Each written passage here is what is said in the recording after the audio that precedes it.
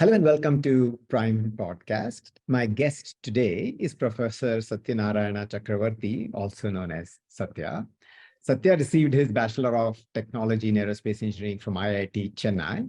He then went on to receive his Master's and PhD from Georgia Tech in the US before returning to IIT Madras's faculty in 1997 and has been a professor since 2009. Satya's interests lie in the field of energy and combustion, covering aspects of solid propellants, combustion dynamics, laser diagnostics, and spray characterization. He has over 75 publications in international journals and 230 in international and national conferences. He has won the Young Engineer Award from the Indian National Academy of Engineering in 2003, the Young Faculty Recognition Award from IIT Madras in 2009, and the DRDO Academic Excellence Award in 2009. So it's just my absolute pleasure to have Satya on this show. Welcome, Satya. Thank you so much. So let's launch right into it. Perhaps before we get into what your entrepreneurial ventures, it would be great to get a little bit of your background about what got you into academia and then perhaps into entrepreneurship. Yeah, I think there are two different phases of my life. Got into academia when I was just about in my late 20s, right after a couple of years of postdoc after my PhD. So 1991 is when I finished my bachelor's, 95 my master's PhD, 97 postdoc, then got into academia. So at that time, that seemed to be actually the best job. And I still think that if I were to dial back, I'd probably still think so. I'm not sure about it, but at that time, I think that was actually the best job that we could think of. And I think the entrepreneurial, what should I say, the ecosystem or the buzz and the surround sound, all of that stuff was actually picked up in the last 5-10 years in India, particularly on the deep tech side, and particularly on the energy, transportation. Those are the hard, let's say, hard hardware. I don't know what to say, right? So it's not like a software deep startups anymore. Even in deep tech, you could actually have soft deep tech, but here it's talking about hard deep tech, making rockets or planes or engines or any of those things. So that required a certain time frame over which you could get your mind accept that you should be doing this. And that happened only about 5 years back for me. Yeah. So which are the startups which you have founded or been involved with deeply? Yeah, so I mean, I myself founded ePlane. That's what is my brainchild baby, whatever you want to call it.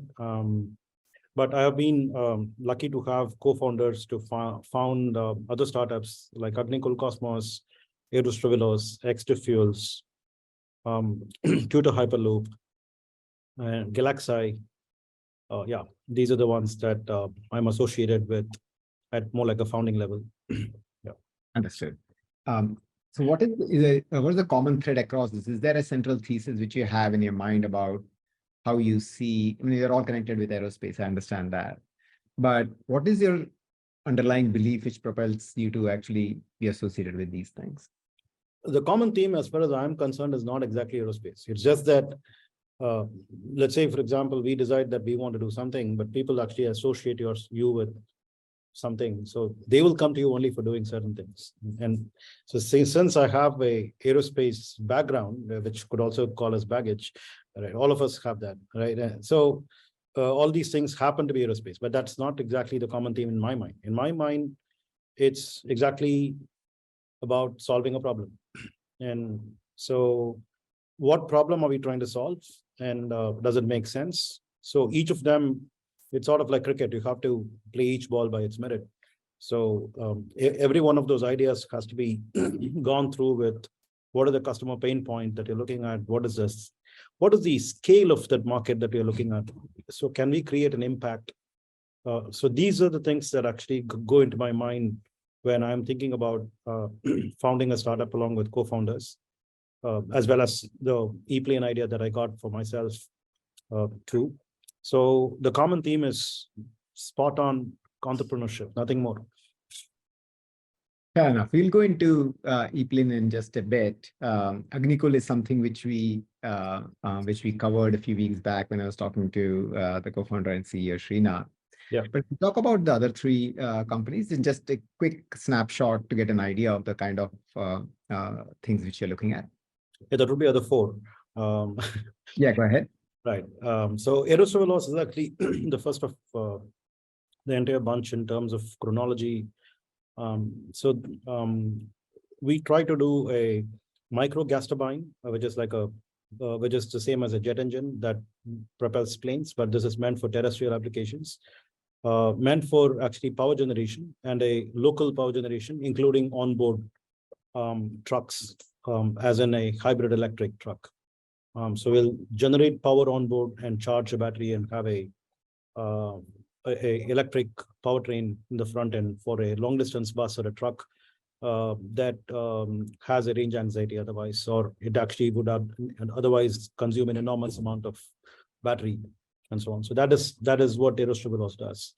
Extra Fuels is actually pioneered by my colleague in chemical engineering at the combustion center that I have been heading, which is primarily looking at broadly developing value-added chemicals like fuels from different kinds of waste, which would use multiple different processes for these different wastes. But we have like one catch-all process that actually allows for converting unsegregated municipal waste into crude oil. That's what we are actually trying to push to do over there. Galaxy is an Earth observation satellite startup where we try to do a multi-sensor fusion.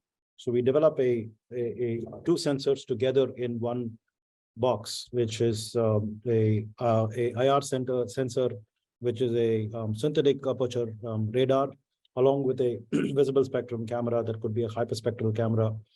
And then we put them together. We actually co-register the images. We synchronize the imaging so that we can take multiple images at the same time and try to get learning data sets out of it for rendering visible spectrum quality images, even with cloud cover or nighttime.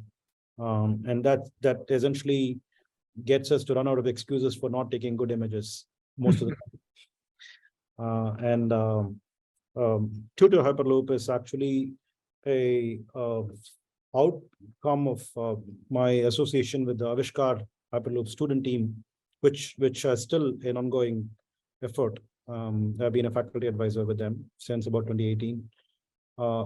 Tutor purports to essentially scale this up to commercialization with a plan of several kilometers worth of full-scale vacuum tube, and a full-scale pod to be run in it over several hundreds of thousands of times to ensure safety standards and performance and so on over the next few years before we can commercialize Hyperloop. Got it.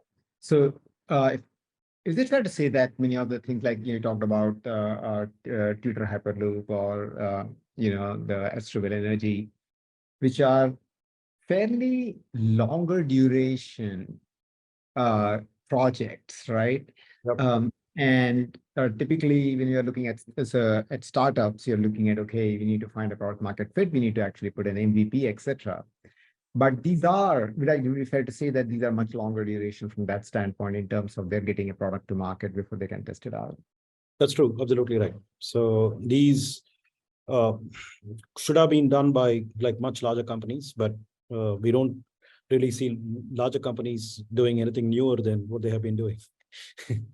So unfortunately, we are the ones who are actually taking this up to do, and which also means, okay, we can partner with the larger companies if they're willing, but we need to actually cross a certain threshold for us to get on their radar, and so on. Yeah. So each of these companies is a different journey in that sense. Wonderful. And so let's maybe spend this conversation more on ePlane. Yeah. So could you define and just elaborate for us what is the thesis behind ePlane?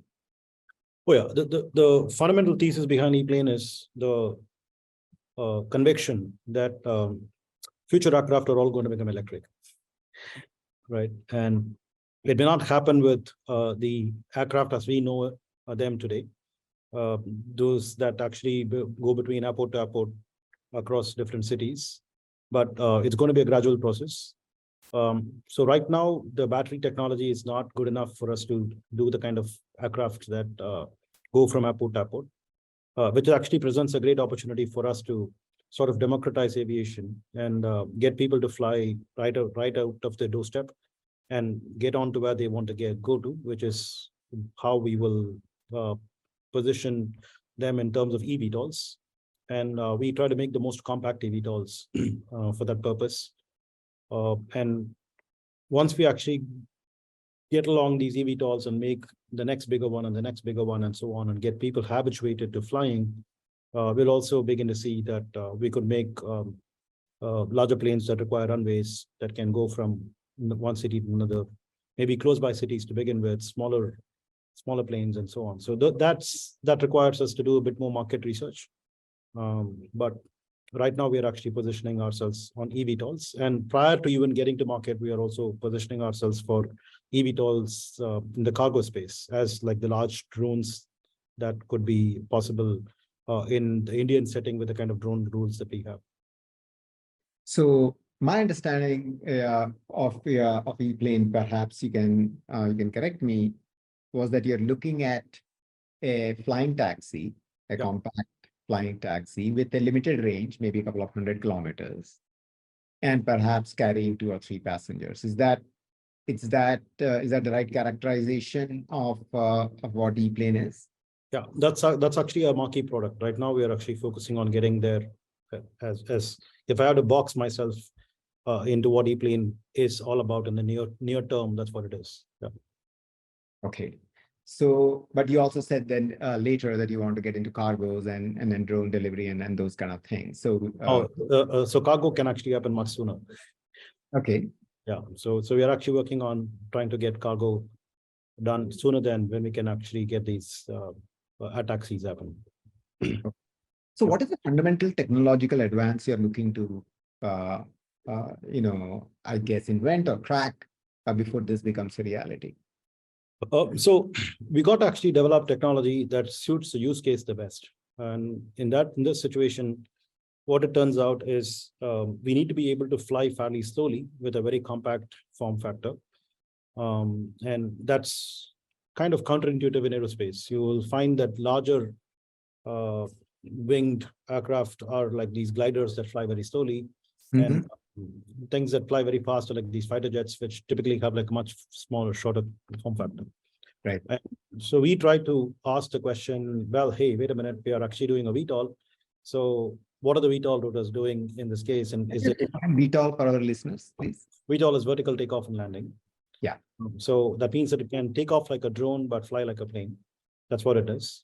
So the question is, like, if I'm now using a VTOL in this case, when compared to the ones that I use for reference, like the glider or the fighter aircraft, so they're not exactly VTOLs, but here we're doing a VTOL, and that's because we can't have airstrips that are close by to each other within 200 kilometers. And the use case here is actually city travel. And typical city travel is not more than about 20 to 30 kilometers in one go. And so if that's the kind of distance that we have to do, fairly slow flights, because by the time you take off, achieve the flight speed that you're supposed to do, and then land, if you have a much higher flight speed to go to, you will end up traveling a much longer distance. Or you will not be flying at the effective flight speed that you want, and you'll be guzzling a lot more power because you're not designed yourself for that particular lower speed. So it's important for us to actually design ourselves for a lower speed. And we also need the wings to be very, very compact. So that's a contradiction that we are trying to crack by taking the assistance from the VTOL, which VTOL motors or the rotors, which would otherwise be a dead weight. So we try to actually avoid the dead weight problem in forward flight by taking assistance from these and getting them to interact with the wings in a way that allows for the wing to be very, very effective. And when that happens, we can allow for a very small wing and fly much slower. So that's actually an IP that we have developed that goes into all the aircraft that we make. So all our aircraft, from the cargo ones all the way to the larger, the two 3-seaters that we talked about, have the feature of the most compact and the slow flying winged aircraft.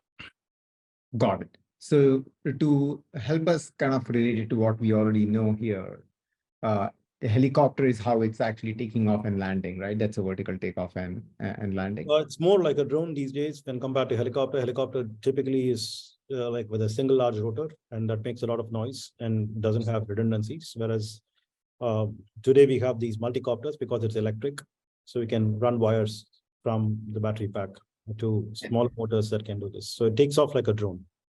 So it's much more vertical, not even, I guess, the little bit of space that a helicopter might require. But essentially it's carrying passengers. I think that's probably the one way it is different than drones.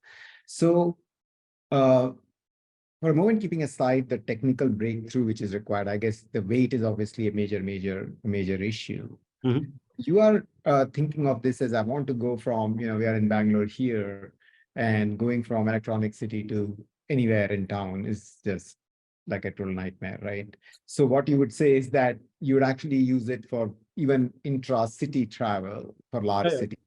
That's right? a goal. That's exactly the goal. Okay. Yeah. Okay. So in that case, the Electronic City to Jayanagar in 15 minutes. How does that sound?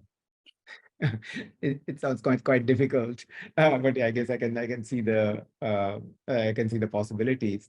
So what would be the price points here? Because clearly, for this to be viable, you'll have to hit some pretty dramatic price points. So can you give us some idea of that and the thinking behind what can be achieved? Right.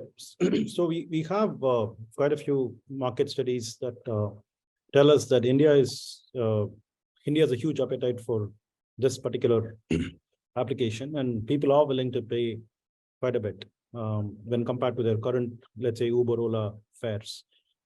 So we have made a calculation that says they can start the entire operations whenever that is ready in the next year or two. I won't say a year; it's more like two than a year. But we can position it as like around 2 to 2.5 times in Uber fare. And that is a business that can allow us to actually break even on the asset cost in about less than 1.5 years. You're talking the fact that even you're comparing an air travel to terrestrial travel actually kind of boggles my mind. So you're actually saying, say, an airport, for instance, costs, say, 1,500 rupees from most places in the city. Yeah. What you're saying is that for 4,000 rupees, perhaps, right? Or maybe a little bit, I can actually fly in this. Is that we are making comparisons between like about 1,000 rupees on the road without any surge pricing and what is it, rush hour fare and all that stuff, to about 2,700 rupees.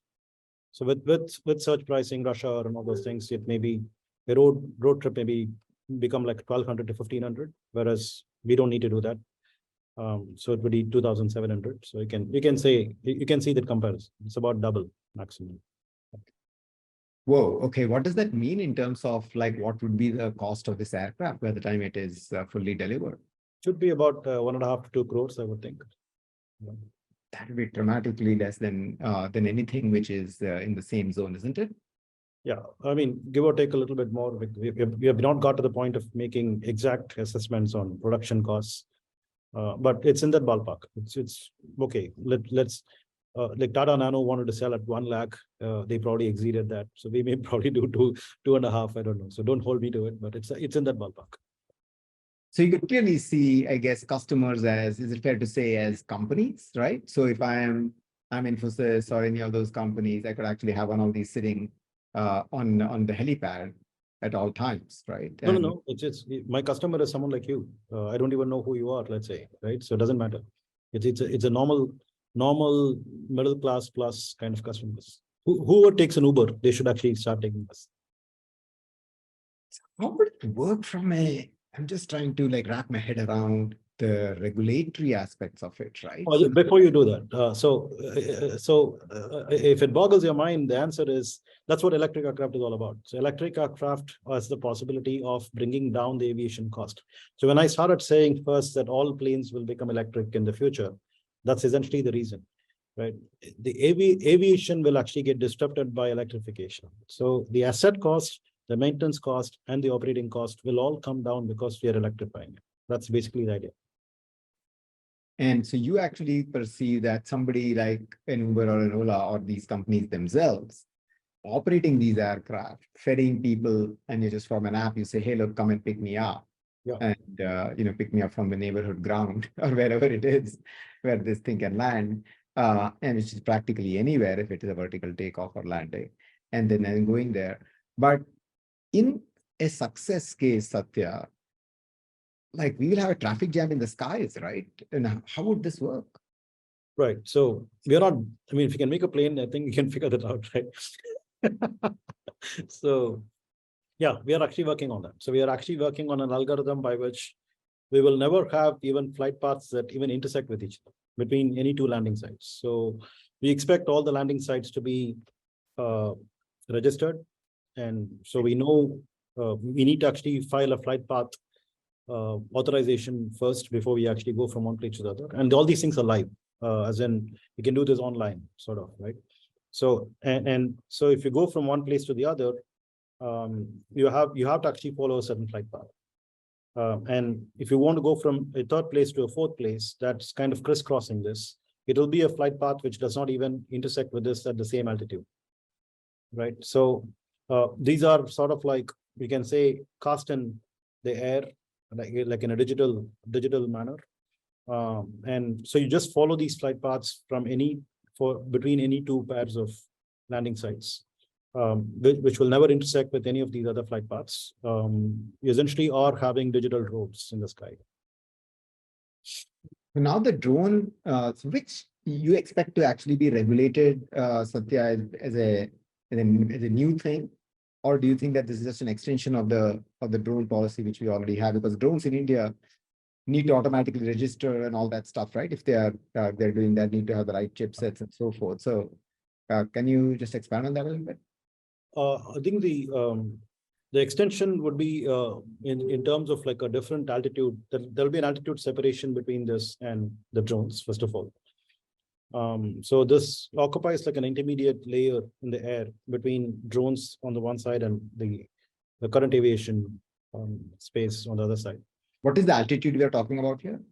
We're expecting that an altitude range of about 500 to 1500 meters to be cleared for this. And that's what we are actually working towards. And but many of the otherwise, I think the drone rules about registration, all of that stuff could actually be extended. We can look at this as more like a car specifically. I think drone registration has also been patterned after that. But I think the flight paths and all those things that I'm talking about will be fairly unique to what we're talking about. Because we're carrying people, we want to make sure that flight paths are not intersecting between any two landing pairs of landing sites or takeoff and landing points. So those are things that we will probably bring into the picture for setting up like a framework for the flight authorizations and so on. Okay, so we have begun to see the first hints of ePlanes in the world, right? Because I saw some footage of companies which are beginning to which are beginning to do this, right? And even test some human flights in there. When would, in your I guess projections, would be able to see the first of these ePlanes actually fly? Maybe tonight. So, yeah, right? Is that right? Yeah, I think we are planning to actually go on social media to show our first flights of our subscale prototype, which is about a 3-meter wingspan, 3-meter nose to tail. It's a fairly large. If you want to call it drone, it's fine, but it's of course an unmanned one. Yeah, but it's one of those very large drones in that sense. Our timing is perfect, I guess, for this conversation. So this is very much a reality in one sense in terms of where the product is today. And I can see why you're talking about cargo, because I reckon the regulator will have a lot less issues with starting with cargo, I would think, before. Yeah, mainly because in India, I think the drone rules allow for up to about 500 kg total weight of the aircraft to be classified as a drone. So Okay. the same rules apply. Yeah. So is it for a cargo, then I think I could clearly see the delivery companies like being very attracted to this. Is it possible? What is the maximum range you could do? Because I guess if the range is increased a bit, it could actually even go intercity, wouldn't it? So that's what I used to actually teach in the first electric aircraft propulsion course that I offered before I stopped teaching and got into my company full time. Which is with the current level of batteries that we have, no matter how big your aircraft is, the range that you get is about 200 kilometers, nothing more. The best way to do this is to not think about like a single operation that clocks the longest range.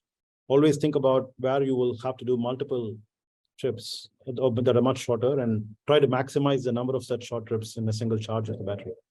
And that's our focus. Got it. That's all the slow speed, compact form, IP, all of those things come in. I couldn't be more excited to hear that, the first prototype, if I would, for lack of a better name, is ready to take to the skies as we speak. Yeah, we just flew our first flights of our subscale prototype last weekend. And we will be putting out videos of that on social media today. Wonderful. So I very much look forward to that. So in terms of like both getting the regulatory clearances, working with them, I guess you're going to be breaking new ground in several different ways. And I could think of so many interesting use cases here, especially when you talk about cargo, because in India, a lot of the population can be very close to urban centers, but be very remote from a connectivity standpoint. And just getting supplies there, or just in disaster relief, or like there's so many applications here where it could actually be worthwhile. I'm going to just take a step. So all the best with that, and hopefully, your as the awareness of this product goes, my hope is that the regulation follows soon enough so that we can see the production side of this. So if all goes to plan, Satya, when would you actually expect to see the first real plane being used in a commercial sense? I mean the passenger one or the cargo? Cargo. I guess you said cargo is first, right? The cargo could actually happen as early as end of this year or early next year. In less than a year, we can actually push that to the market. Is our outlook at the moment. Yeah. Okay. Passenger will take more time because the certification process for that will be more involved. So we probably could do that in about 1 more year from then. Okay. Well, all the best with that. But let me actually move on to move on from ePlane, which I'm very excited to see how the videos look. I want to talk to you about something which you have mentioned in your other conversations, right? You talk about infrastructure and then you talk about defrastructure. What do you mean by that? So question basically is, do we have to exactly do what has been done in the last 100 years by the developed countries? Or is there a shortcut that we can take to development? And one of the cornerstones of this kind of development has always been like, how good is your infrastructure? So if you're a developing country, you're always challenged on how well you are able to develop your infrastructure fast enough and all that stuff. And I think that's just a paradigm. We can have a different paradigm. So in a different paradigm, we develop a lot of smart, small, modular, scalable products that will replace all these infrastructure heavy items. And we basically get to the same goals as what we want in terms of economic development. That's actually the most abstract way of saying what I said, what I meant. But it turned out that whatever we were doing in a lot of these different startups kind of fit that overarching theme. And they come in by means of like small rockets, small planes, small engines, and small local crude production plants, let us say, for example, small satellites, and so on, right? So, which essentially means that I don't need large launch pads. I don't need large airports. I don't need I don't need to import lots of crude through long pipelines, or through oil tankers, and so on. So lots of these things that we are now taking for granted, but takes a lot of effort to develop, can just be sort of bypassed. We leapfrog into a situation where a lot of these things actually happen distributed across the country, and there's a lot of economic development participation from a lot of people that happens, that gets us to produce our own fuel and consume them locally, right then and there, and without much infrastructure. So like you have ePlanes, it's okay to have potholes on the road. That's okay. Right. So yeah, and you don't need to actually do that extra metro line anymore, and so on. So, but I would argue, Satya, that the capacity of an ePlane and the capacity that a bus or the metro has is always going to be just an order of magnitude different. Agreed.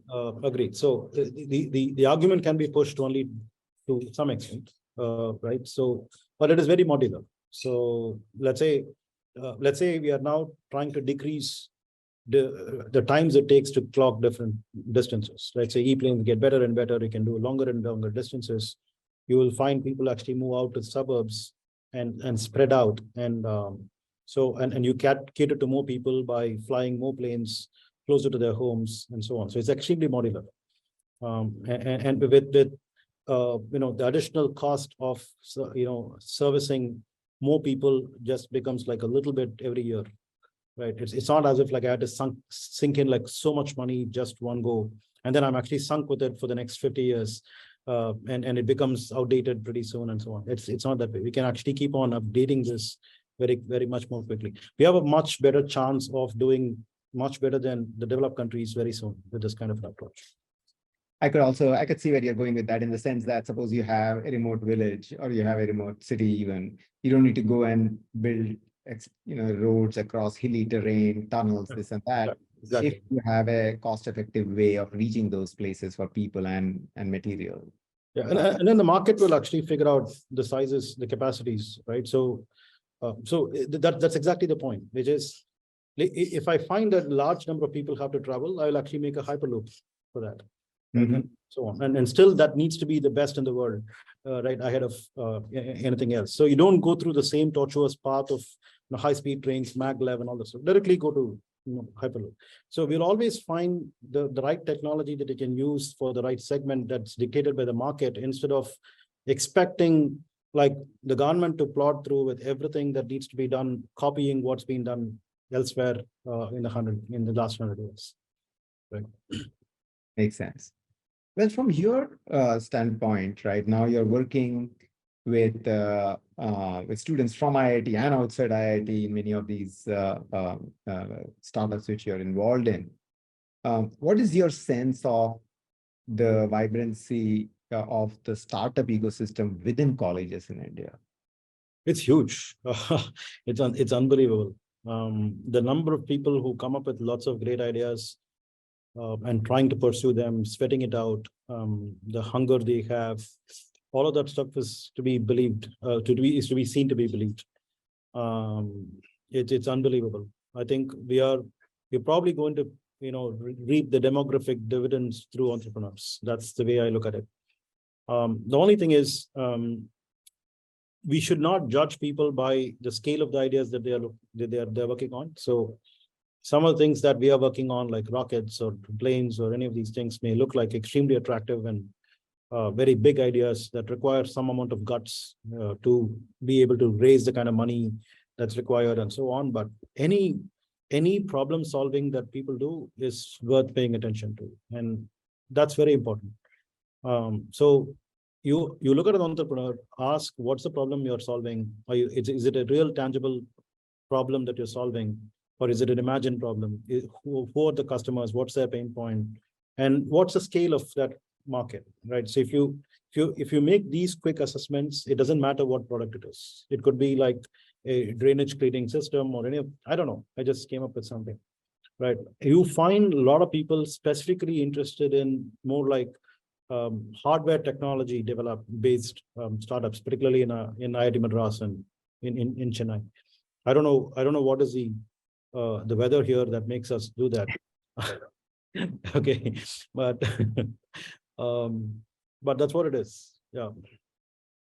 I think it is really exciting because I feel that we're seeing the first generation of sort of entrepreneurs who are handling some of these problems you're talking about, which are different than the traditional startups which we have seen in general, not just coming out of college, meaning they are both have significant hardware components. In fact, the two things we have talked about, ePlane and also Agnikul, which I had the opportunity to talk about a few weeks back, are centered around significant pieces of hardware. And at the same time, they are not adaptations of technologies which have been developed somewhere else. These are fairly deep tech in terms of actually innovating and inventing the technologies required to do it. And what makes it so exciting, in my opinion, is that these kind of startups serve as role models for the next set of students who are coming right behind. And there is a very positive feedback loop, not just for the students, but for faculty like yourselves. Because when you're in the ground and trying to make this ePlane happen within strict commercial constraints, within dimensional constraints, weight issues, etc., it probably pushes you in ways that just being an academician wouldn't. No, I mean, I think you touched upon a couple of points that I could respond to. One is, yeah, I mean, for exactly the reasons that you mentioned, we strongly, sincerely hope that we succeed commercially. I think that's much more important for a startup than just showing the technology that works. So it's very important for us to focus on the business case, the customers, how we are actually going to go to market, and what are the market pain points that we will have to keep in mind. So those are things that don't naturally come to a techie. And so we have to keep on reminding ourselves. So that's really the main thing that we need to front end ourselves with, so that we don't fail. We have to actually succeed in order to showcase that this is doable and it's an inspiration to others. That's the first point I want to make. The second one is, boy, I mean, being an academic, it's possible for us to actually get into a rabbit hole and then live there all our lives. That's exactly what most of us do, because we just get into an over specialization, and we get a lot of mental tickling that we're doing something amazingly deep that nobody else can think about, and so on. But we had asked the question, how much are we impacting with what we're doing? And it could be very abstract, saying that I wrote the best paper, and somebody somewhere else sometime down the line might read this, and I'm actually having an archival value and all those things, which is okay. But interestingly, what I have found in the last few years that have been leading ePlane and getting Agnikul and others grow alongside is the kind of breadth of knowledge that one can get. Like, for example, today I'm actually a much better aerospace engineer than I was 3 years back. Yeah. Absolutely. Well, Satya, it was terrific talking to you and for giving us a whirlwind tour of not only just ePlane, but all the fascinating initiatives that you're involved with. And I'm very sure that both your students and yourself are going to probably be at the forefront of creating some of the best technologies which the country has seen. So all the best to you going forward, and look forward to the footage. Thank you. Dear listeners, thank you for listening to this episode of the podcast. Subscribe now on your favorite podcast app for free, and you'll be the first one to know when new episodes are available. Just search for Prime Venture Partners Podcast in Apple Podcast, Spotify, Castbox, or however you get your podcasts. Then hit subscribe. And if you have enjoyed the show, we would be really grateful if you leave us a review on Apple Podcast. To read the full transcript, find the link in the show notes.